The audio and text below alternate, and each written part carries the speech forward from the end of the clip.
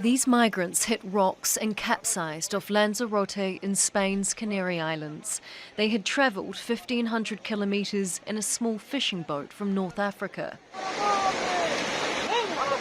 Young men set out full of optimism to the tourist paradise. 8 drowned in their quest on Tuesday. Hundreds have suffered the same fate in the last month. In 24 hours, 17 boats were intercepted off the Canary Islands. 450 people were rescued, with the search continuing into the following day. More than 17,000 migrants have arrived here this year. It's a 1,000% spike on 2019. Politicians blame the economic fallout of the coronavirus pandemic and opportunistic traffickers for the surge.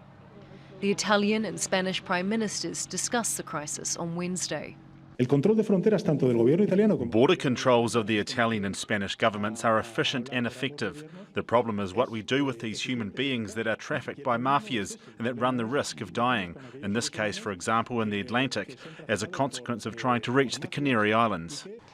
The European Union has struggled to come up with a plan which eases the burden on the Mediterranean countries taking most of the strain. We want to work so that the mechanism of responsibility at a European level is met with solidarity.